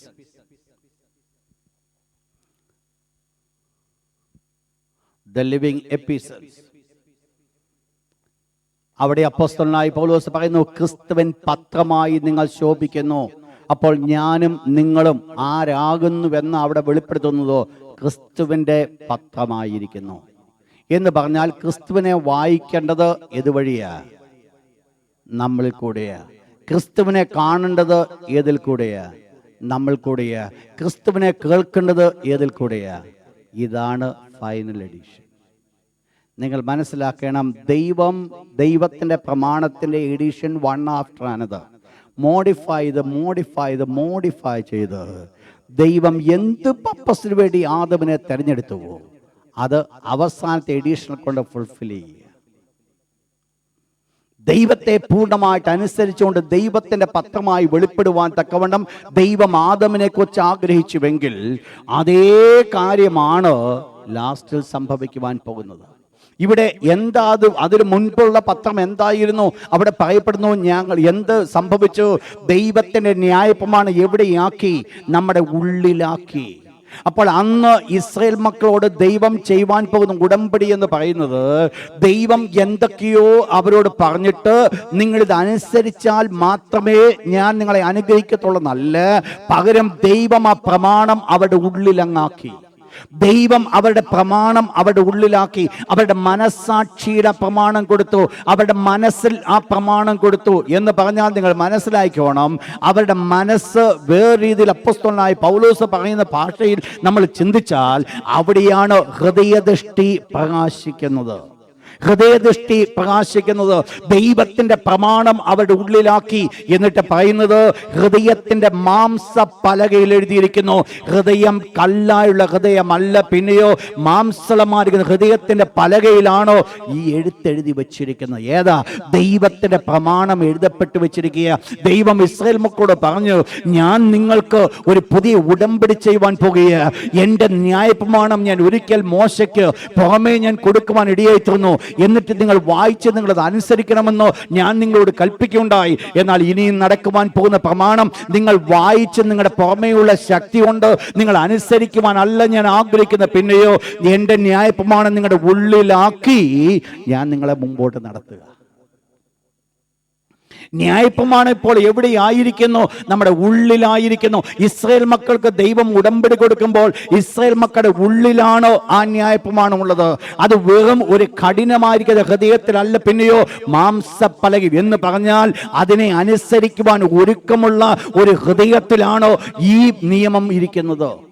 അനുസരിക്കാതിരിക്കുന്നവരുടെ ഒരു കൂട്ടമല്ല, പിന്നെയോ അനുസരിക്കുന്നവരുടെ ഉള്ളിലാണോ ദൈവത്തിന്റെ പ്രമാണം അവിടെ വ്യാപരിക്കുന്നത്? വായിച്ചോട്ടെ വീണ്ടും ഒരിക്കൽ കൂടെ 31 അധ്യായത്തിലേക്ക് വീണ്ടും കടന്നു വന്നാട്ട് 31 മുതൽ 34 വരെ. അതിനു മുൻപ് എന്താണ് ഈ ഒരു കാര്യം സംഭവിക്കാൻ ചെയ്യേണ്ടത്? ദൈവം ചെയ്യുന്ന കാര്യം എന്ന് വായിച്ചോട്ടെ. യെഹെസ്കേൽ ചാപ്റ്റർ 36, യെഹെസ്കേൽ 36 അധ്യായം അതിന്റെ 25 മുതൽ 24 മുതലുള്ള വാക്യം വായിച്ചാട്ട്. ഈ പ്രമാണം നടത്തുവാൻ തക്കവണ്ണം ദൈവം ചെയ്യുവാൻ പോകുന്ന കാര്യങ്ങൾ എന്തൊക്കെയാ ദൈവം ചെയ്തു? അപ്പോൾ ഒന്നാമത് ദൈവം ചെയ്യുവാൻ പോകുന്നത്, ഞാൻ നിങ്ങളെ സകല ജാതികളുടെ ഇടയിൽ നിന്ന് കൂട്ടി ഞാൻ നിങ്ങളെ ഒരുമിപ്പിക്കും. ദൈവം എവിടെയെല്ലാം ഇസ്രായേൽ മക്കൾ ചിതറപ്പെട്ട് കിടക്കുന്നുവോ അവിടെ നിന്നെല്ലാം ദൈവം അവരെല്ലാം പൊക്കിയെടുത്ത് ഒരുമിച്ച് ഇസ്രായേലിലേക്ക് കൊണ്ടുവരും. എന്നിട്ട് എന്ത് ചെയ്യും?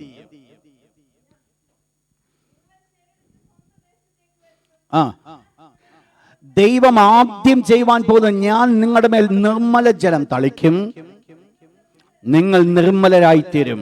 എന്നിട്ട്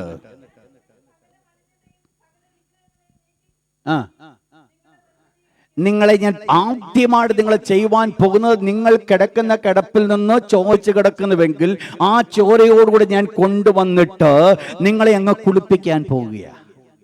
ഞാൻ നിർമ്മല ജലം നിങ്ങളെ മേൽ തളിക്കുവാൻ പോകുകയാണ്. നിങ്ങൾ അഴുക്കിലാണ് നിങ്ങൾ കിടക്കുന്നത്, പക്ഷെ നിങ്ങളുടെ സകല അഴുക്കുകളെയും ഞാൻ പരിപൂർണമായിട്ട് മാറ്റുകയാണ്. സകല അഴുക്കുകളെയും പരിപൂർണമായി ശുദ്ധീകരിച്ച് ഞാൻ നിങ്ങളുടെ മേൽ നിർമ്മല ജലം തളിക്കുവാൻ പോകുക. ഒന്നാമത് സംഭവിക്കുവാൻ പോകുന്നത്, ഈ അശുദ്ധരായിരിക്കുന്ന ജനത്തെ ദൈവം എന്ത് ചെയ്യുന്നു? ശുദ്ധീകരിക്കുന്നു. നിങ്ങൾ മനസ്സിലാക്കണം, ദൈവത്തിന്റെ പ്രമാണം എവിടെയെങ്കിലും കടന്നു വരണമെങ്കിൽ അവിടെ ഒരു ശുദ്ധീകരണം ആദ്യമായിട്ട് ആവശ്യമാണ്. ഒരു ശുദ്ധീകരണമില്ലാതെ ദൈവത്തിന്റെ പ്രമാണം അവിടെ വെക്കുവാൻ സാധ്യമല്ല. നെക്സ്റ്റ് താഴോട്ട് വായിച്ചാട്ട്. ദൈവം എന്ത് ചെയ്യുന്നു? ഞാൻ നിങ്ങൾക്ക് പുതിയൊരു ഹൃദയം തരുന്നു. എന്താ ഹൃദയത്തിന്റെ പ്രത്യേകത? അപ്പോൾ കല്ലായുള്ള ഹൃദയം നിങ്ങൾ അങ്ങ് മാറ്റും. എന്നിട്ട് മാംസളമായ ഹൃദയം തരും. നിങ്ങൾ മനസ്സിലാക്കണം, ഇവിടെ ഒരു പ്രോസസ്സിംഗ് നടക്കുക. ദൈവത്തിന്റെ പ്രമാണം അവരുടെ ഉള്ളിലാക്കുവാൻ ദൈവം ആഗ്രഹിച്ചപ്പോൾ, അവരുടെ ദൈവത്തിന്റെ പ്രമാണം ഉള്ളിൽ കൊടുക്കുവാൻ ദൈവം ആഗ്രഹിച്ചപ്പോൾ, അവരെ ഒരു പ്രോസസ്സിൽ കൂടെ ദൈവം കടത്തിവിടുക. അവർ ഒന്നാമത് ദൈവം ചെയ്ത് അവരെ അങ്ങ് ശുദ്ധീകരിക്കുക. നിർമ്മല ജലം തളിച്ചവരെ പരിപൂർണമായി ശുദ്ധീകരിക്കുന്നു. രണ്ടാമതായിട്ട് അവരുടെ ഉള്ളിലെ ആ കല്ലായുള്ള ഹൃദയം അങ്ങ് മാറ്റി പകരം എന്തു കൊടുത്തു? മാംസളമായ ഹൃദയം കൊടുത്തു. എന്നിട്ട് നെക്സ്റ്റ്, എന്നിട്ട് ഞാൻ ചെയ്യുന്ന, ഞാൻ എൻ്റെ ആത്മാവിനെ നിങ്ങളുടെ ഉള്ളിലാക്കി. അപ്പോൾ മൂന്നാമത് ചെയ്യുന്നത്, ദൈവത്തിന്റെ ആത്മാവിനെ ഉള്ളിലേക്ക് അങ്ങ് വെക്കുക. എന്നിട്ട് ശ്രദ്ധിക്കണേ, നിങ്ങളെ എൻ്റെ ചട്ടങ്ങളിൽ നടക്കുമാറാക്കും. നിങ്ങൾ നടക്കുമെന്നല്ല ഇവിടെ പറയുന്നത്, നിങ്ങളെ ആരോ അങ്ങ് നടത്തിക്കൊണ്ടു പോകും. നിങ്ങൾ സ്വയമായിട്ട് നടക്കുമെന്നല്ല, സ്വയം നിങ്ങളുടെ കാഴ്ചപ്പാട് കൂടെ പോകുമെന്നല്ല ഇവിടെ പറഞ്ഞത്. ദൈവത്തിന്റെ പ്രമാണം ഉള്ളിലായി കഴിഞ്ഞാൽ, ദൈവത്തിന്റെ ന്യായപ്രമാണം ഉള്ളിൽ വന്നു കഴിഞ്ഞാൽ, പിന്നെ ദൈവം ചെയ്യുന്നത്, ദൈവത്തിന്റെ നല്ല ആത്മാവ് കൂടെ ആ ഉള്ളിൽ വ്യാപരിക്കുമ്പോൾ ദൈവം നമ്മളെ ആ ചട്ടങ്ങളിൽ അങ്ങ് നടത്തുക. എന്ന് പറഞ്ഞാൽ, ഞാനല്ല നടക്കുന്നത്, പിന്നെയോ എന്നെ ഞാനല്ല ഈ നല്ല കാര്യം ചെയ്യുന്നത്, പിന്നെയോ ദൈവം എന്നെ കൊണ്ട് ചെയ്യിക്കുക. കാരണം എന്താ ചെയ്യിക്കാൻ കാരണം? എന്നെ എൻ്റെതായിരിക്കുന്ന ഞാനെന്നുള്ള കോൺഷ്യസിന് പോലും വിലയില്ലാതെ ദൈവം ഒരു മാംസളമായ ഹൃദയം എന്നെ സൃഷ്ടിച്ച് ദൈവത്തിന്റെ നിർമ്മലജലം എന്നെ തളിച്ച് പുതിയൊരു ഹൃദയം എൻ്റെ ഉള്ളിലാക്കി കഴിഞ്ഞ് പുതിയൊരു ആത്മാവിനെ കൂടെ തന്നു, പുതിയൊരു പ്രമാണം കൂടെ തന്നു കഴിയുമ്പോൾ പഴയത് പരിപൂർണമായിട്ട് മാറ്റപ്പെടുക. നിങ്ങൾ മനസ്സിലാക്കണം, കണ്ടാലും ഈ വേദപുസ്തകം പറയുന്നു, ഒരുത്തൻ ക്രിസ്തുവിലായാൽ പുതിയ സൃഷ്ടിയാകുന്നു, പഴയതെല്ലാം ഇതാ സകലതും. അപ്പൊ സകലതും പുതുതാ. ഇപ്രകാരമുള്ള ഒരു വ്യക്തിയാണോ ഇവിടെ നമ്മൾ കാണുന്നത്, യെഹെസ്കേൽ പ്രവചനത്തിൽ കാണുന്നത് എന്ന് പറഞ്ഞാൽ, നമ്മുടെ ഇന്നത്തെ ഭാഷയിൽ നമ്മൾ പറഞ്ഞു കഴിഞ്ഞാൽ ഇന്ന് പുതിയ നിയമത്തിൽ ഒരു രക്ഷിക്കപ്പെട്ട വ്യക്തിയാണോ ഇവിടെ? അന്ന് ആ വ്യക്തിയുടെ മോഡലിലേക്കാണോ അന്ന് ദൈവം ഇസ്രായേൽ മക്കളെ മാറ്റുവാൻ പോകുന്നത്? ശ്രദ്ധിക്കണേ, ഞാനും നിങ്ങളും അനുഭവിക്കുന്ന പദവിയുടെ ഗ്രേറ്റ്നെസ് നിങ്ങൾ മനസ്സിലാക്കണമേ. ഇന്ന് ഞാൻ നിങ്ങളും അനുഭവിച്ചു കൊണ്ടിരിക്കുന്ന ഈ അനുഭവത്തിലേക്കാണോ അന്ന് ദൈവം ഇസ്രായേൽ മക്കളെ കൊണ്ടുപോകാൻ പോകുന്നത്? ഇന്ന് എൻ്റെ കള്ളായുള്ള ഹൃദയം ദൈവം മാറ്റിയിട്ട് ഒരു മാംസളമായ ഹൃദയം ദൈവം എൻ്റെ ഉള്ളിൽ തന്നുവെങ്കിൽ, എൻ്റെതായിരിക്കുന്ന അഴുക്കുകളെ എല്ലാം ദൈവം മാറ്റിയിട്ട് നിർമ്മലജലം ദൈവം എൻ്റെ മേൽ തളിച്ചുവെങ്കിൽ, ദൈവത്തിന്റെ പ്രമാണം എൻ്റെ ഉള്ളിലാക്കി, ദൈവത്തിന്റെ ആത്മാവിനെ എൻ്റെ ഉള്ളിലാക്കിയെങ്കിൽ അതേ കാര്യമാ ദൈവം അന്ന് ചെയ്യുവാൻ പോകുന്നത്. എന്ന് പറഞ്ഞാൽ ഈ വരുവാൻ പോകുന്ന ഇസ്രായേൽ മക്കൾക്ക് ലഭിക്കുവാൻ പോകുന്ന പുതിയ പ്രമാണം വളരെ വളരെ ഉന്നതമെന്ന് ചിന്തിക്കുന്നുവെങ്കിൽ ഞാനും നിങ്ങൾ മനസ്സിലാക്കേണ്ട ഒരു കാര്യമുണ്ട്, ഇന്ന് ഞാനും നിങ്ങളും അതാ അനുഭവിച്ചു കൊണ്ടേയിരിക്കുന്നത്. ഞാൻ പറയുന്നത് മനസ്സിലാകുന്നുണ്ടോ? അന്ന് ഇസ്രായേൽ മക്കൾ 1000 ആണ്ട് വാഴ്ചയിൽ അനുഭവിക്കുവാൻ പോകുന്ന ദൈവത്തിന്റെ പ്രമാണമാണ് ഇന്ന് പുതിയ നിയമത്തിൽ ഞാനും നിങ്ങളും അനുഭവിച്ചു കൊണ്ടേയിരിക്കുന്നത്. എനിക്കും നിങ്ങൾക്കും ഇത്രയും പ്രോസസ് ഓൾറെഡി നടന്നു കഴിഞ്ഞിരിക്കുക, ഇത്രയും സംഭവങ്ങൾ നടന്നു കഴിഞ്ഞിരിക്കുക. എവിടുന്നോ എന്നെ പെറുക്കിയെടുത്തുകൊണ്ട് വന്നു, എവിടുന്നാന്ന് നമുക്കെല്ലാവർക്കും അറിയാം. അവിടെ കൊണ്ടുവന്നിട്ട് ദൈവം തന്റെ നിർമ്മലജലം തളിച്ച് എന്നെ ശുദ്ധീകരിച്ചിട്ട് അകത്തുള്ളതൊക്കെ ഒന്ന് ദൈവം മാറ്റി. കാരണം കഴിഞ്ഞ നാളുകൾ വൃത്തിഹീനമായിരിക്കുന്ന പ്രവൃത്തിയിലേക്ക് നയിച്ചത് അകത്തിരിക്കുന്നതാകുന്നുവെങ്കിൽ അകത്തിരിക്കുന്നവരെ മാറ്റിയിട്ട് ഒന്ന് പുതിയതൊന്ന് സ്ഥാപിക്കപ്പെടുവാൻ കാരണമായി തീർന്നു. പുതിയതൊന്ന് സ്ഥാപിച്ചിട്ടാണ് പുതിയതിന്മേൽ പുതിയത് പകരുവാൻ ഇടയായി തീർന്നത്. പഴയ തുരുത്തിയിൽ പുതുവീഞ്ഞ് പകരത്തില്ല സഹോദര. പുതിയ വീഞ്ഞിൽ മാത്രമേ പുതിയ തുരുത്തിയിൽ മാത്രമേ പുതുവീഞ്ഞ് പകരത്തുള്ളൂ. പഴയ വസ്ത്രത്തോട് പുതിയ വസ്ത്രം ചേർത്ത് തുന്നുമാറില്ല സഹോദരി. പുതിയ വസ്ത്രത്തോട് പുതിയത് മാത്രമേ ചേരത്തുള്ളൂ. എന്താ ദൈവം ചെയ്തത്? എൻ്റെ ജീവിതത്തിൽ ദൈവം ഒരു പരിപൂർണമായിട്ട് ഒരു മാറ്റം തന്ന്, ഒരു പൂർണ്ണമായിരിക്കുന്ന ഒരു മാറ്റം തന്ന് ദൈവം എന്നെ ഒരു പുതിയ വ്യക്തിയാക്കി മാറ്റി. എന്ത് ദൈവം ചെയ്തു? ദൈവത്തിന്റെ വചനം വീണ്ടും തിരിച്ച് കടന്നു വന്നാട്ട് യെരമ്യാ 31-ാം അധ്യായത്തിന്റെ 34-ാമത്തെ വാക്യത്തിലേക്ക് കടന്നു വന്നാട്ട് അവിടെ നമ്മൾ കാണുന്നത് ദൈവം എന്ത് ചെയ്തു? ഒരു പുതിയൊരു പ്രമാണം അവന്റെ ഉള്ളിലാക്കുക. എന്നിട്ട്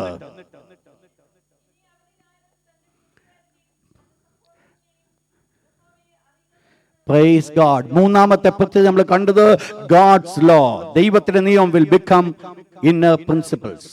നമ്മുടെ അകമേയുള്ള ഒരു ചട്ടമായിട്ട് അത് മാറുക. പുറമേയുള്ളൊരു ചട്ടമായിട്ടല്ല ദൈവത്തിന്റെ നിയമം കിടക്കുന്നത്. ഇതിപ്പോൾ എൻ്റെ ഹൃദയത്തിനകത്തേക്ക് കടന്നു വന്നു, എൻ്റെ ഉള്ളിൽ കടന്നു വന്നു, എൻ്റെ മനസ്സാക്ഷിയിൽ, എൻ്റെ ഹൃദയത്തിൽ ആ പ്രിൻസിപ്പിൾസ് എഴുതി വെച്ചിരിക്കുക. നാലാമത്തെ പ്രത്യേകമായിരിക്കുന്ന പോയിന്റ് അവിടെ പറയുന്നത്, അതേ വാക്യം താഴോട്ട് വായിച്ചെടുത്ത് സിസ്റ്റർ. അവർ ആബാലവൃദ്ധം എല്ലാവരും എന്നെ അറിയും. ആബാലവൃദ്ധം എല്ലാവരും എന്നെ അറിയും. Sovereign knowledge of God. നാലാമത്തെ പ്രത്യേകത സോവറിൻ നോളജ് ഓഫ് ഗാഡ്. എല്ലാവർക്കും ദൈവത്തെക്കുറിച്ചുള്ള അറിവുണ്ടായിരിക്കും. ദൈവത്തെക്കുറിച്ചുള്ള അറിവ് എല്ലാവർക്കും ഉണ്ടായിരിക്കും. ആ വാക്യം താഴോട്ട് വായിച്ചാട്ട് അതേ ഭാഗം അതിന്റെ മുകളിൽ അതിന് മുകളിലത്തെ വാക്യം കൂടെ. ഇനി അവരിലാരും തൻ്റെ കൂട്ടുകാരനോട് ഉപദേശിക്കേണ്ട കാര്യമൊന്നുമില്ലെന്ന്. ഇനി ഉപദേശത്തിൻ്റെ ആവശ്യമില്ല. ദൈവത്തിൻ്റെ പ്രമാണം ദൈവം തൻ്റെ മക്കളുടെ ഉള്ളിലാക്കി ആ പ്രമാണത്തിൽ ദൈവം അവരെ നിർത്തിയിരിക്കുമ്പോൾ വീണ്ടും ഉപദേശിച്ചു കൊടുക്കേണ്ട ആവശ്യങ്ങളൊന്നുമില്ല. കൂട്ടുകാരനോട് പറയേണ്ട കാര്യമില്ല. ഇതാണ് വഴി, ഇതിൽ പോകാൻ എന്ന് പറയേണ്ട കാര്യങ്ങളില്ല. വായിച്ചെടുപ്പത് അതേ വാക്യം.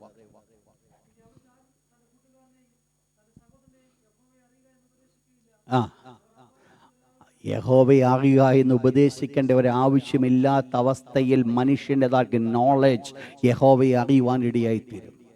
നിങ്ങൾ മനസ്സിലാക്കണം, അന്ന് ദൈവം അവർക്ക് കൊടുക്കുന്നതായിരിക്കും ശ്രേഷ്ഠമായിരിക്കുന്ന ഒരു പദവിയെ, ഒരു പ്രിവിലേജ് നിങ്ങൾ മനസ്സിലാക്കണേ. അന്ന് ദൈവം മറ്റുള്ളവരെ ഉപദേശിപ്പാനാണ് അന്ന് ദൈവം അവരെ ആക്കി വെച്ചിരിക്കുന്ന ഇസ്രായേൽ മക്കൾക്ക് അന്നൊരു ചുമതലയുണ്ട്. 1000 ആണ്ട് വാഴ്ചയിലേക്ക് കടക്കുന്ന ജാതികളെ ദൈവത്തെക്കുറിച്ച് പറഞ്ഞ് മനസ്സിലാക്കി കൊടുക്കുന്ന ജോലിയാണ് അന്ന് അവർക്ക് ചെയ്യുവാനുള്ളത്. അവർ ചെയ്യുവാൻ പോകുന്ന ജോലി അതാ. ഒരിക്കൽ ദൈവം അവരെ അതിനു വേണ്ടി തെരഞ്ഞെടുത്തു, അതവർക്ക് ചെയ്യുവാൻ സാധ്യമായാലും അവർ പരാജയപ്പെട്ടു പോയി.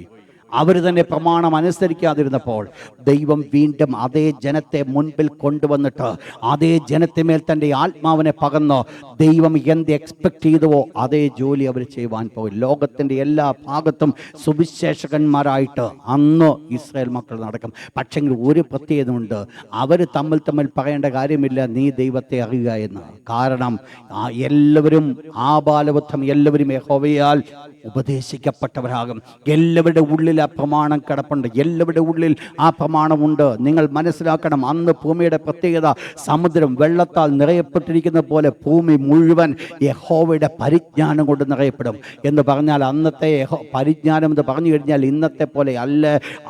ഇന്ന് മനുഷ്യൻ്റെ പരിജ്ഞാനം ഒരു ലിമിറ്റഡ് അളവിൽ മാത്രം പ്രവർത്തിക്കുന്നുവെങ്കിൽ അന്ന് പ്രവർത്തിക്കുവാൻ പോകുന്ന പരിജ്ഞാനം എന്ന് പറയുന്നത് യഹോവയുടെ പരിജ്ഞാനം. നിങ്ങൾ മനസ്സിലാക്കണം അതിൻ്റെ പ്രത്യേകത എന്താണെന്ന്. ഇന്ന് നിരീശ്വരവാദിയായിരിക്കുന്ന ശാസ്ത്രജ്ഞനാണെങ്കിലും ചിലതൊക്കെ കണ്ടുപിടിക്കുവാൻ ദൈവം അവൻ്റെ മനസ്സിനെ ഒന്ന് തുറന്നു കൊടുക്കുന്നത് കൊണ്ട് പലതും അവൻ കണ്ടുപിടിക്കുന്നുണ്ട്, അവന് പോലും അറിയത്തില്ല. ഒരു പക്ഷേ ഇത് കണ്ടുപിടിച്ചിട്ടും അവൻ പറയും ദൈവമില്ല എന്ന് പറയും. എന്നാൽ ഒരു ദിവസം കടന്നു വരികയാണ് ജ്ഞാനത്തിൻ്റെ പൂർണ്ണനാകുന്ന ദൈവത്തിൻ്റെ ജ്ഞാനത്തെ വെളിപ്പെടുത്തുന്ന ഒരു ദിവസമായിരിക്കും. എന്താ അവിടെ സംഭവിക്കുവാൻ പോകുന്നത് ആരും പറയേണ്ട കാര്യമില്ല. സഹോദരനെ അറിയുക അല്ലെങ്കിൽ ദൈവത്തെ അറിയുക എന്ന് പറയുന്നത് യഹോവയെ അറിയുവാൻ പറയാൻ ഉപദേശിച്ചു കൊടുക്കേണ്ട കാര്യമില്ല. ആബാലവൃദ്ധം എല്ലാവരും യഹോവയാൽ ഉപദേശിക്കപ്പെട്ടവരാകും. നെക്സ്റ്റ് വേർഡ്, അതിനടുത്ത ഭാഗം വായിച്ചോട്ടെ. അതിൻ്റെ മുകളിൽ ഞാൻ അവരുടെ അകത്യം എന്ത് ചെയ്യും, മോചിക്കും. എന്നിട്ട് താഴെ പ്രൈസ് ഗോഡ്. ദൈവം പറഞ്ഞില്ല ഇന്ന കണ്ടീഷൻ കൊണ്ട് ഞാൻ നിങ്ങളുടെ പാപം ക്ഷമിക്കുന്നു. ദൈവം പറയുന്ന അന്നത്തെ പ്രത്യേകതയാണ് 5ാമത്തെ പ്രത്യേകത. It is based on complete forgiveness. It is based on complete forgiveness. പൂർണ്ണമായിരിക്കുന്ന ക്ഷമയിലാണ് അവിടെ സംഭവിക്കുന്നത്. എബ്രായലേഖനം 8-ാം അധ്യായത്തിൻ്റെ 12-ാമത്തെ വാക്യം അവിടെ പറയുന്നു, ഞാൻ അവരുടെ അകത്യങ്ങളെക്കുറിച്ച് കരുണയുള്ളവനാകും. ദൈവം പറയുകയാണ് ഞാൻ അവരോട് കരുണ കാണിക്കും. എന്തിനെക്കുറിച്ച്? അവരുടെ അകത്യത്തെക്കുറിച്ച്, അവരുടെ പാപങ്ങളെക്കുറിച്ച്. എന്നിട്ട് ദൈവം പറയുക ഞാനതിനെ ഓർക്കത്തില്ല, ഞാനത് പരിപൂർണമായിട്ട് മാറ്റുകയാണ്, പരിപൂർണമായിട്ട് മാറ്റപ്പെടുത്തുകയാണ് എന്ന് നിങ്ങൾ മനസ്സിലാക്കണം. അന്ന് ആ പ്രമാണത്തിൻ്റെ ഒരു പ്രത്യേകതയാണ്, അന്ന് അതിന് ശേഷമായിട്ട് ഈ പ്രമാണം ഉള്ളിലുള്ളവരാരും എന്ത് ചെയ്യത്തില്ല, പാപം ചെയ്യത്തില്ല. കാരണം ഇവരെ എല്ലാം നടത്തുന്നത് ആരായിരിക്കും? ദൈവത്തിൻ്റെ ആത്മാവ്. ദൈവത്തിൻ്റെ ആത്മാവ് മാത്രമല്ല വേറൊന്നുകൂടുണ്ട്. ഏത്? ഞാൻ എൻ്റെ പ്രമാണം എവിടെയാക്കും? അവരുടെ ഉള്ളിൽ. അപ്പോൾ 2 കാര്യങ്ങളാലാണ് അവർ മുൻപോട്ട് നടക്കുന്നത്. അവരല്ല നടക്കുന്നത്, പിന്നെ അവരെ എന്ത് ചെയ്യുക? നടത്തുക. എന്തൊക്കെയാണ് അവരെ നടത്തുന്നത്? 1 ദൈവത്തിൻ്റെ ആത്മാവ്, 2 ദൈവത്തിൻ്റെ വചനം. ഇത് രണ്ടും എവിടാ കിടക്കുന്നേ? ഉള്ളില്. ഈ ഒറ്റ കാര്യമേ ചെയ്യുന്നുള്ളൂ, അന്ന് ഈ ഉള്ളിൽ കിടക്കുന്നതിനെ അനുസരിച്ച് മുൻപോട്ട് പോകുക മാത്രമേ ചെയ്യുന്നുള്ളൂ. അന്ന് ജീവിച്ചാൽ മതിയായിരുന്നില്ലയോ? ഉള്ളിൽ കിടക്കുന്ന കാര്യത്തെ അനുസരിച്ച് മുമ്പോട്ട് നമ്മൾ മനസ്സിലാക്കണേ. ഇന്നും അത് തന്നെയാണ് നമ്മുടെ ഉള്ളിൽ കിടക്കുന്നതെന്നുള്ളത്. ഇന്ന് ദൈവത്തിൻ്റെ പ്രമാണം നമ്മുടെ ഉള്ളിലുണ്ട്, ദൈവത്തിൻ്റെ ആത്മാവ് നമ്മുടെ ഉള്ളിലുണ്ട്. ഒറ്റ കാര്യമേ ഉള്ളൂ, നമ്മുടെ ജഡം ഇടയ്ക്ക് നിന്നിട്ട് ഇങ്ങനൊന്നും പോയാൽ പറ്റത്തില്ലെന്ന് പറയുന്നത് കൊണ്ട് നമ്മൾ തെറ്റിലേക്ക് പോവുക. നമ്മൾ ആൾക്കാരെല്ലാം നമ്മളാരും മോശമല്ല. ഏത് കൊലയാളി എടുത്ത് നോക്കിയാലും അവനും കാണും ചില നന്മകളൊക്കെ, നല്ലവനാ. പക്ഷേ എന്താ വിഷയം എന്നാണെന്നറിയാമോ? പലപ്പോഴും ജഡത്തെ അനുകരിച്ചുകൊണ്ട് മുൻപോട്ട് കടന്നു പോകുന്നു. കർത്താവായ യേശു ക്രിസ്തു പറഞ്ഞു, കർത്താവായ യേശു തൻ്റെ ശിഷ്യന്മാർക്ക് ഈ അപ്പം എടുത്ത് പാനപാത്രം എടുത്ത് കൊടുക്കുമ്പോൾ യേശു ഇപ്രകാരം പറയുന്നു, ഇത് നിങ്ങൾക്ക് വേണ്ടി ചൊരിയുന്ന പുതിയ നിയമത്തിലുള്ള എൻ്റെ രക്തമാകുന്നു. ഒരു പുതിയ ഉടമ്പടി, ഒരു പുതിയ ഉടമ്പടി അത് ഓൾറെഡി സ്ഥാപിക്കപ്പെട്ടിരിക്കുക സ്പിരിച്വലി. പക്ഷെങ്കിൽ സ്ഥാപിക്കപ്പെടുവാൻ പോകുക ഒരു ഫിസിക്കലി അന്ന് ഈ ലോകത്തിൽ അക്ഷരികമായിട്ട് നിവർത്തിക്കപ്പെടുവാൻ പോകുക. ഇന്ന് ആത്മീയമായിട്ട് നിവർത്തിക്കപ്പെട്ടിട്ടുള്ളൂ, അന്ന് പൂർണ്ണമായിട്ട് നിവർത്തിക്കപ്പെടുവാൻ പോകുക. ഇതിൽ കൂടെ ഒരു കാര്യം മനസ്സിലാക്കി, പുതിയ നിയമം വളരെ മറ്റതിനെക്കാട്ടൊക്കെ വളരെ ഇന്ന് നമ്മുടെ ഉള്ളിൽ ആ പുതിയ നിയമം കിട്ടിയിരിക്കുമ്പോൾ നിങ്ങൾ ചിന്തിക്കണം, അന്ന് ഇസ്രായേൽ മക്കളുടെ അന്നത്തെ കാലത്ത് ജീവിക്കുന്നവർ ചിന്തിക്കും, എൻ്റെ ദൈവമേ ആ കാലത്ത് ജീവിച്ചിരുന്നാൽ കൊള്ളായിരുന്നു ചിന്തിക്കുന്നുവെങ്കിൽ അത് നമ്മൾ ജീവിക്കുന്ന കാലം ആണ് അവർ കണ്ടതെങ്കിൽ നമ്മൾ നോക്കുന്നത് അന്ന് ജീവിച്ചിരുന്നാൽ മതി എന്ന് പറയുന്നതിനെക്കാട്ടും നല്ലതല്ലേ ഇന്ന് ദൈവം തന്നിരിക്കുന്ന കൃപകളുമായിട്ട് മുൻപോട്ട് കടന്നു പോകുവാൻ സാധിക്കുമെങ്കിൽ ദൈവത്തിൻ്റെ വലിയ അനുഗ്രഹം എനിക്കും നിങ്ങൾക്കും അനുഭവിപ്പാൻ സാധിക്കും. ഇന്ന് രാത്രി ഒരു കാര്യം ഓർപ്പിക്കട്ടെ, ദൈവത്തിൻ്റെ പ്രമാണം എൻ്റെ ഉള്ളിലുണ്ട്, ദൈവത്തിൻ്റെ നല്ല ആത്മാവിൻ്റെ ഉള്ളിലുണ്ട്. ഒന്ന് മാത്രമേ ചെയ്യേണ്ടതുള്ളൂ, അല്ല ഒന്ന് മാത്രം മതി. ആ നല്ല ആത്മാവിനെ, ആ നല്ല വചനത്തെ അനുസരിച്ച് മുൻപോട്ട് പോകുക. ദൈവത്തിൻ്റെ വിശുദ്ധ വചനം പഠിപ്പിക്കുന്ന ഒരു വേർഡുണ്ട്, അത് വേർഡ് ഇപ്രകാരമാണ്, ദൈവാത്മാവിനാൽ നടത്തപ്പെടുന്ന ഏവരും ദൈവത്തിൻ്റെ മക്കളാകുന്നു. എന്ത് ചെയ്യണം? പുതിയ നിയമത്തിൽ ആരാ നമ്മളെ നടത്തേണ്ടത്? നമ്മളല്ല നടക്കേണ്ടത്, പിന്നെ ആരായിരിക്കണം? ദൈവാത്മാവിനാൽ നടത്തപ്പെടണം. പ്രിയപ്പെട്ടവരെ, ഈ ദിവസങ്ങൾ ദൈവത്തിൻ്റെ കരങ്ങളിലേക്ക് ഒന്ന് ഏൽപ്പിച്ചു കൊടുക്കാമോ? എൻ്റെ ദൈവമേ, അങ്ങയുടെ നല്ല ആത്മാവിനാൽ നയിക്കപ്പെടുവാൻ ഇതാ എന്നെ തന്നെ ഏൽപ്പിച്ചു തരുന്നത് പറഞ്ഞുകൊണ്ട് നിന്ന് കൊടുത്താൽ മതി. തള്ളിക്കൊണ്ട് പോകുന്ന ജോലി ദൈവത്തിൻ്റെതാ. അപ്പോസ്തലനായ പൗലോസ് പറയുന്നു, ക്രിസ്തുവിൻ്റെ സ്നേഹം എന്നെ നിർബന്ധിക്കുന്നു. മുൻപോട്ട് പോയില്ലെങ്കിൽ ദൈവം തള്ളുതരും. അതിനെക്കാട്ടും നല്ലത് ദൈവത്തിൻ്റെ ആത്മാവിനെ അനുസരിച്ചുകൊണ്ട് ദൈവത്തിൻ്റെ ആത്മാവുമായിട്ട് ബന്ധപ്പെട്ട് ഒരുമിച്ചങ്ങ് മുൻപോട്ട് കടന്നു പോകാമെങ്കിൽ അതിനേക്കാൾ ശ്രേഷ്ഠമായിരിക്കുന്ന ഒരു ജീവിതം ഈ ഭൂമിയിലില്ല. നമുക്കിവിടെ അനുഭവിക്കുവാൻ മറ്റൊന്നുമില്ല.